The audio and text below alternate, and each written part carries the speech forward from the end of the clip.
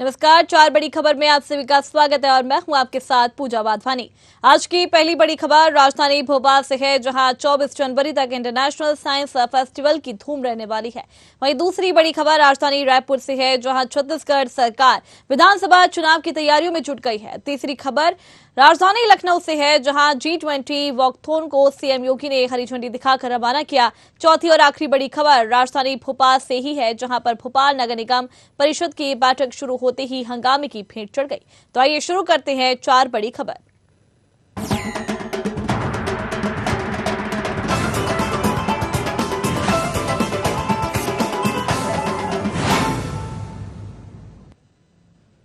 शुरू करते हैं पहली बड़ी खबर से, जहां राजधानी भोपाल में आज से 24 जनवरी तक इंटरनेशनल साइंस फेस्टिवल की धूम रहेगी। शहर के मैनेज परिसर में कार्यक्रम आयोजित किया जा रहा है। इस मौके पर सीएम शिवराज सिंह चौहान, केंद्रीय राज्य मंत्री जितेंद्र सिंह, मंत्री ओम प्रकाश सकलेचा शामिल हुए। 4 दिनों तक चलने वाले इस आयोजन में देश भर के 8000 वैज्ञानिक शिरकत कर रहे हैं। भोपाल में पहली बार आयोजित हो रहा है। इस फेस्ट में नामचीन वैज्ञानिक, रिसर्चर, यूनिवर्सिटी और स्कूल के छात्र छात्राओं के साथ शिक्षक सहभागिता कर विज्ञान से जुड़ी तकनीकी जानकारी मिलेगी। कार्यक्रम के दौरान सीएम शिवराज ने कहा, ऊर्जा की बचत की पहल की है। सीएम ने कहा, भारत की सोच इनोवेटिव और साइंटिफिक है। वे भारत की संस्कृति, माटी और यहाँ की जड़ों में है।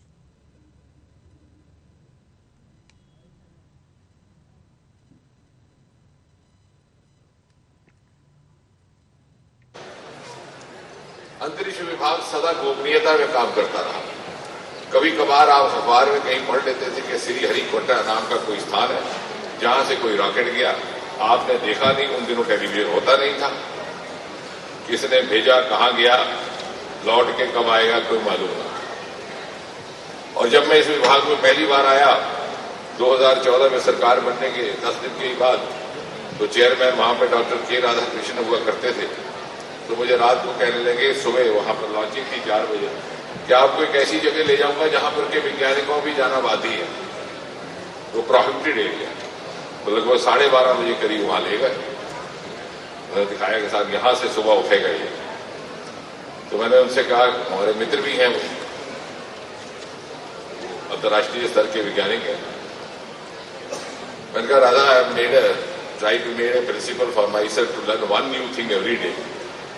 Today what I learn is that to be here, either one has to be as eminent as scientist as you, or somehow manage to become a minister of space.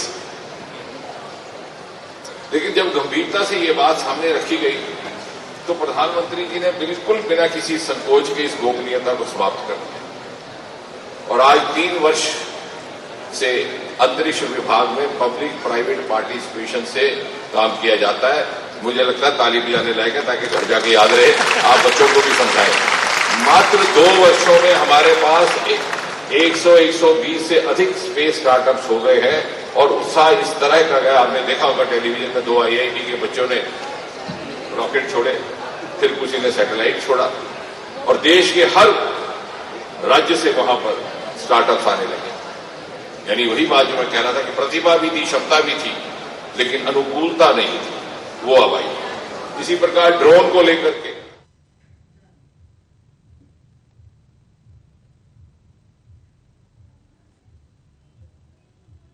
तो इस खबर पर ज्यादा जानकारी के लिए हमारे साथ संवाददाता विवेक सिंह हमारे साथ जुड़ गए हैं। विवेक, देखा जाए तो प्रधानमंत्री नरेंद्र मोदी द्वारा आत्मनिर्भर भारत बनाने की कवायद जो है वो शुरू हो चुकी है, चाहे वो किसी भी क्षेत्र में हो। वहीं देखा जाए तो मध्य प्रदेश के सीएम शिवराज सिंह चौहान ने भी जोरों शोरों से तैयारियां कर दी है।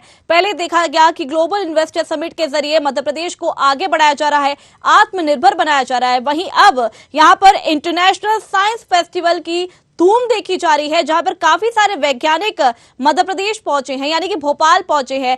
काफी सारी तकनीकों को आगे बढ़ाने की यहाँ पे कवायद शुरू हो चुकी है। किस तरीके से युवाओं को फायदा होगा, मध्य प्रदेश को फायदा होगा इससे? जी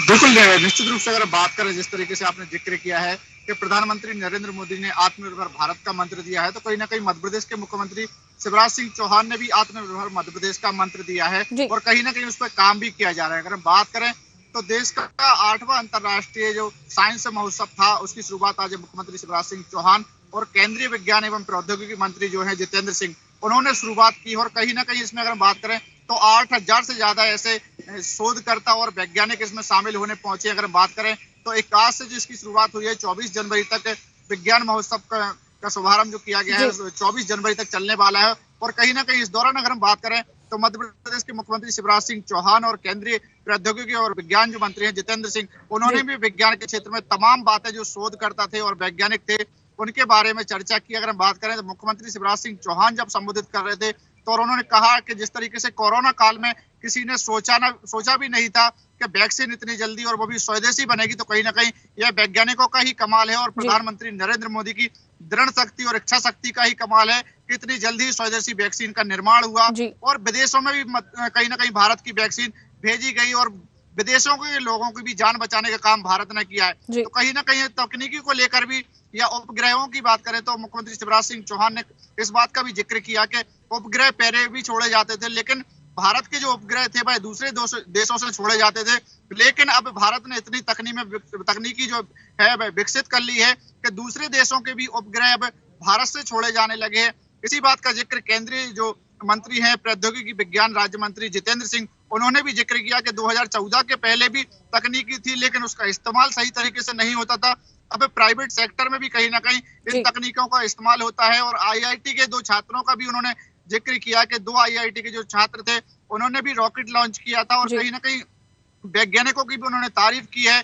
और चांद पर पहुंचने की बात भी मुख्यमंत्री शिवराज सिंह चौहान ने कही कि जब से प्रधानमंत्री नरेंद्र मोदी बने हैं तो कहीं ना कहीं तकनीकी का विकास हुआ है और इसको लेकर प्रधानमंत्री नरेंद्र मोदी की तारीफ करते हुए उन्होंने कहा कि उनकी ही दृढ़ इच्छा शक्ति थी कि कोरोना की जैसी महामारी में स्वदेशी वैक्सीन का निर्माण हुआ और कहीं ना कहीं भारत के लोगों की तो जान बची ही, साथ ही विदेशों के लोगों की भी जान बचाने का काम भारत ने किया है, यानी कि वैज्ञानिकों ने किया है। तो कहीं ना कहीं आज वैज्ञानिकों की तारीफ करते हुए चाहे मुख्यमंत्री शिवराज सिंह चौहान की बात करें या केंद्रीय प्रौद्योगिकी विज्ञान राज्य मंत्री जितेंद्र सिंह की बात करें, दोनों ने ही वैज्ञानिकों की तारीफ की। और आने वाले वैज्ञानिक जो है जो इसमें शामिल होने पहुंचे हैं, शोध करता है, उनसे भी यही आग्रह किया है कि तकनीकी का हमें कैसे और बेहतर इस्तेमाल करना है और सरकार की जो योजना है उससे कैसे लाभान्वित होना है। इन तमाम देशों जो कार्यक्रमों का आयोजन किया जा रहा है, यानी कि आज इसकी शुरुआत हुई है, 24 जनवरी तक चलने वाला है। तो इस कार्यक्रम के माध्यम से भाई जरूर सीखें और किस तरीके से दृढ़ इच्छा शक्ति होना चाहिए वह भी प्रधानमंत्री नरेंद्र मोदी से सीखना चाहिए। जी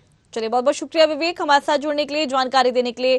तो ये आपके सामने पहली बड़ी खबर। बढ़ते हैं दूसरी बड़ी खबर की तरफ, जहां छत्तीसगढ़ में कांग्रेस की सरकार ने विधानसभा चुनाव की तैयारी तेज कर दी है। इसी क्रम में सीएम भूपेश बघेल गोधन न्याय योजना के हितग्राहियों को राशि वितरण कार्यक्रम में शामिल हुए हैं। मुख्यमंत्री बघेल ने अपने निवास कार्यालय में आयोजित वर्चुअल कार्यक्रम के जरिए गोधन न्याय योजना के हितग्राहियों को 8 करोड़ 3 लाख रुपए का भुगतान कर रहे हैं।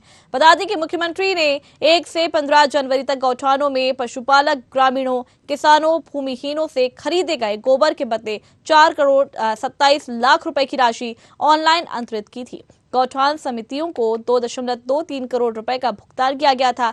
बता दें कि छत्तीसगढ़ में 20 जुलाई 2020 से गोधन योजना शुरू हुई है। गौठान समितियों एवं महिला स्व सहायता समूह को अब तक 175 करोड़ रुपए से अधिक का भुगतान किया जा चुका है। तो जिस तरीके से यहां पर सीएम भूपेश बघेल ने एक नई पहल शुरू की है, किसानों के हित में हमेशा काम करने वाले सीएम भूपेश बघेल ने यहां पर जिस तरीके से किसानों के लिए पहल की, गोबर के लिए यहां पर एक नई योजना यहां पर बनाई गई थी। आपको बता दें कि छत्तीसगढ़ में कांग्रेस की सरकार ने विधानसभा चुनाव की तैयारी तेज कर दी है और इसी क्रम में सीएम भूपेश बघेल गोधन न्याय योजना के हितग्राहियों को राशि वितरण कार्यक्रम में शामिल हुए हैं। मुख्यमंत्री बघेल ने अपने निवास कार्यालय में आयोजित वर्चुअल कार्यक्रम के जरिए गोधन न्याय योजना के हितग्राहियों को 8 करोड़ 3 लाख रुपए का भुगतान कर रहे हैं।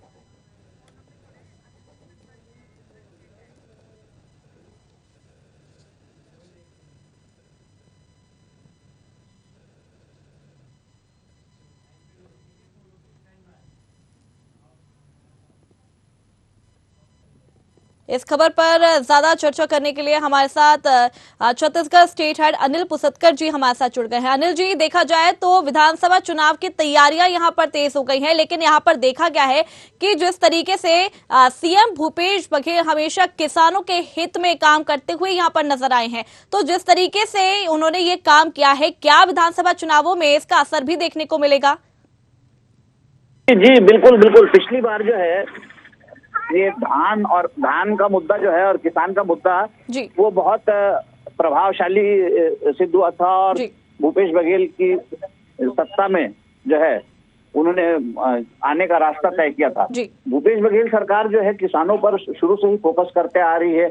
हालांकि भाजपा जो है बार बार उन मुद्दों को डाइवर्ट करने के लिए कभी या तो धर्मांतरण या फिर दूसरे ऐसे मुद्दे जोड़ते रही है, लेकिन भूपेश बघेल सरकार का पूरा फोकस जो है वो किसानों पर ही है। और किसान जो है वो उस किसानों के लिए जो एक बड़ी योजना थी इनकी गोबर की गोधन योजना, उस पर आज जो है 8 करोड़ रुपए का भुगतान जो है भूपेश बघेल ने किया है। और आने वाले जो चुनावी साल में भी ऐसा नहीं लगता है कि भूपेश बघेल सरकार किसानों को छोड़ेगी। किसान एक बड़ा वोट बैंक है और छत्तीसगढ़ में किसान ही सब कुछ है। मतलब या ये कह सकते हैं छत्तीसगढ़ जो है कृषि प्रधान प्रदेश है। तो ऐसे में भूपेश बघेल का किसान वोट बैंक को ना छोड़ना या उस पर ही फोकस करना ये बहुत महत्वपूर्ण है। बिल्कुल अनिल जी, वैसे देखा तो जाए तो तैयारियां जो है वो तेज तो हो गई हैं और जहां पर सीएम भूपेश बघेल की अगर बात करें तो भेंट मुलाकात के जरिए वो लोगों से संवाद कर रहे हैं, उनकी समस्याओं का निराकरण कर रहे हैं। वहीं दूसरी तरफ देखा गया कि गोधन या योजना के तहत किसानों से जुड़ रही हैं। वहीं पहले भी देखा गया था कि आदिवासी वर्ग भी कहीं ना कहीं सीएम भूपेश बघेल से नाराज चल रहा था, लेकिन अब भी कहीं ना कहीं उनमें जितने भी मतभेद थे वो सही होते हुए यहाँ पर नजर आ रहे हैं। तो ऐसा कह सकते हैं कि विधानसभा चुनावों में इसका असर अच्छा होगा।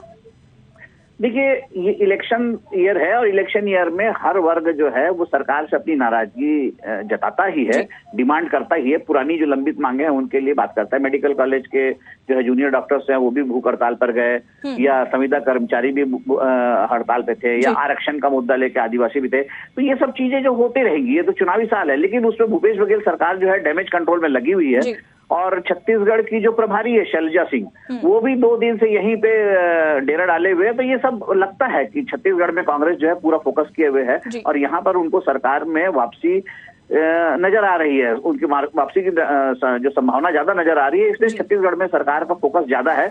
और ऐसे में ना केवल किसान बल्कि आदिवासियों के लिए भी जो है सरकार जो है विधानसभा में भी बिल लेकर आई। बिल को लेकर जो है राज्यपाल से उनका झगड़ा जगजाहिर है। तो भूपेश बघेल किसी भी सूरत में, किसी भी मामले में किसी भी वर्ग को छोड़ना नहीं चाह रहे हैं। हर वर्ग पे उनका फोकस है और उनका होमवर्क बहुत तगड़ा है और वो एक एक चीज को जो है उस पर फोकस करके वो डैमेज कंट्रोल में लगे हुए हैं। जी चलिए, बहुत बहुत शुक्रिया अनिल जी हमारे साथ जुड़ने के लिए, जानकारी देने के लिए। तो ये थी आपके सामने दूसरी बड़ी खबर। बढ़ते हैं तीसरी बड़ी खबर की तरफ। जो उत्तर प्रदेश के मुख्यमंत्री योगी आदित्यनाथ ने लखनऊ में G20 वॉकथून को हरी झंडी दिखाकर रवाना किया है। इस दौरान मुख्यमंत्री योगी आदित्यनाथ ने कहा कि पीएम मोदी के नेतृत्व में यूपी आगे बढ़ रहा है और देश आजादी का अमृत महोत्सव मना रहा है। सीएम ने कहा कि उत्तर प्रदेश को G20 सम्मेलन के आतिथ्य का सुअवसर प्राप्त हुआ है। वहीं सम्मेलन के जरिए अंतर्राष्ट्रीय स्तर पर प्रदेश की छवि, यहाँ की संस्कृति, खान पान और डिजिटल यूपी को प्रदर्शित करने का अवसर हमें मिला है। मुख्यमंत्री ने बताया कि फरवरी माह उत्तर प्रदेश के लिए बहुत महत्वपूर्ण होगा, क्योंकि यूपी 10 से 12 फरवरी को ग्लोबल इन्वेस्टर्स समिट के आयोजन की तैयारी कर रहा है। पूरी दुनिया और देश भर से हर बड़ा निवेशक और उद्यमी यहां आकर प्रदेश की समृद्धि और सामर्थ्य के साथ अपने को जोड़ने का प्रयास करेगा। इसी के साथ 10,000 से ज्यादा उद्यमी यहां आने वाले हैं। तो इस खबर पर ज्यादा जानकारी के लिए हमारे साथ संवाददाता प्रशांत राव हमारे साथ जुड़ गए हैं। प्रशांत, यहाँ पर देखा गया कि उत्तर प्रदेश के मुख्यमंत्री योगी आदित्यनाथ लखनऊ में G20 वॉकथून में हरी झंडी उन्होंने दिखाकर रवाना किया है। इसी के साथ तैयारियां जो है ग्लोबल इन्वेस्टर समिट की वो भी तेज हो गई हैं। कई सारे उद्यमी जो है उत्तर प्रदेश आने वाले हैं। किस तरीके से तैयारियां चल रही है?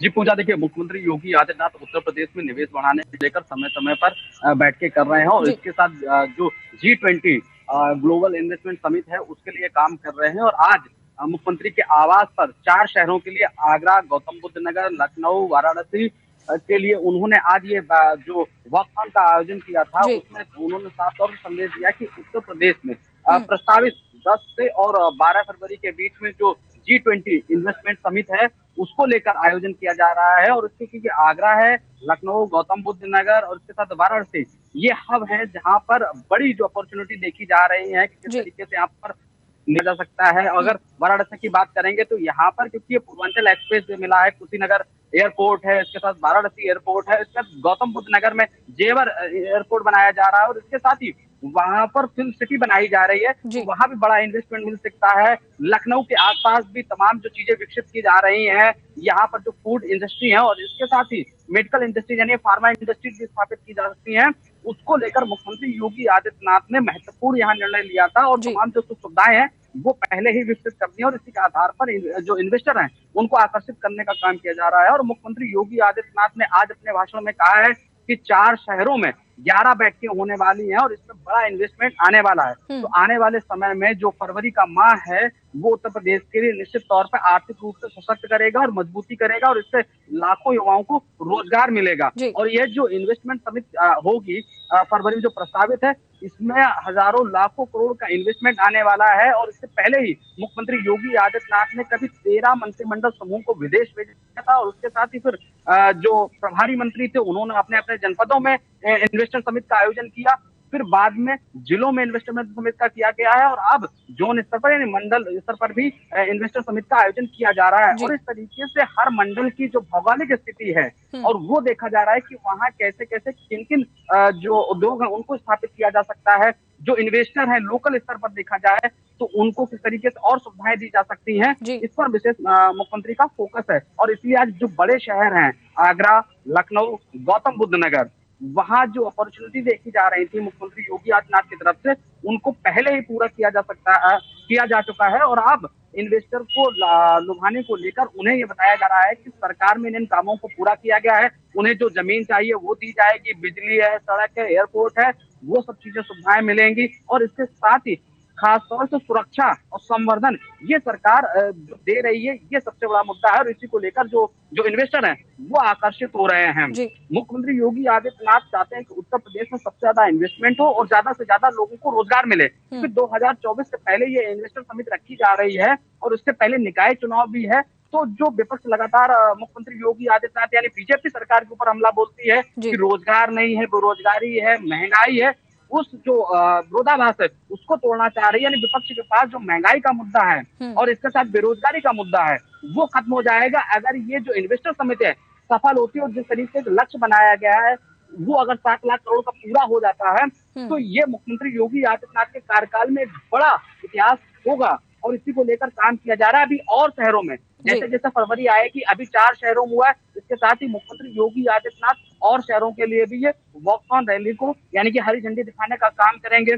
जो यहाँ के लोकल के हैं, स्वदेशी जो इन्वेस्टर हैं उनको लुभाने का काम किया जाएगा। और जो जिले स्तर पर जो इंडस्ट्रियां लगी हैं उनके जो लोग हैं उन्हें जहाँ जमीनें नहीं मिल रही हैं या उन्हें इन्वेस्टमेंट करने में जो समस्याएं आ रही हैं उनको भी निस्तारित करने का काम किया जा रहा है ताकि हर जिले में बेरोजगारों को रोजगार मिले। क्योंकि जब रोजगार मिलेगा तो महंगाई का असर उतना नहीं दिखाई देगा, लोगों की जेब शानदार होगी तो वो किसी भी तरीके की महंगाई से जूझने के लिए सक्षम। तो यही सपना है कि लोग आर्थिक रूप से सशक्त हो और व्यापारिक रूप से सशक्त होने के साथ ही रोजगार के रूप में सशक्त हो। और इसीलिए मुख्यमंत्री लगातार इस तरीके की जो वॉकथॉन रैलियां हैं उनको हरी झंडी दिखाने का काम कर रहे हैं। और इसको लेकर मुख्यमंत्री योगी आदित्यनाथ ने एक सबसे बड़ी मूल जो यहाँ पर रणनीति बनाई है वो मंत्रियों को जिम्मेदारी दी है, विधायकों और सांसदों को जिम्मेदारी है और जो जिले के अधिकारी हैं उनको जिम्मेदारी दी है। और इसीलिए मुख्यमंत्री हमेशा कहते हैं अपने भाषणों में टीम वर्क बनाकर काम करेंगे तो बेहतर होगा, उसका रिजल्ट भी बेहतर आएगा और इसी के तहत ये जो आने वाली आगे इन्वेस्टर समिति है वो सफल होगी। ठीक है पूजा, चलिए बहुत बहुत शुक्रिया प्रशांत हमारे साथ जुड़ने के लिए, जानकारी देने के लिए। तो ये थी आपके सामने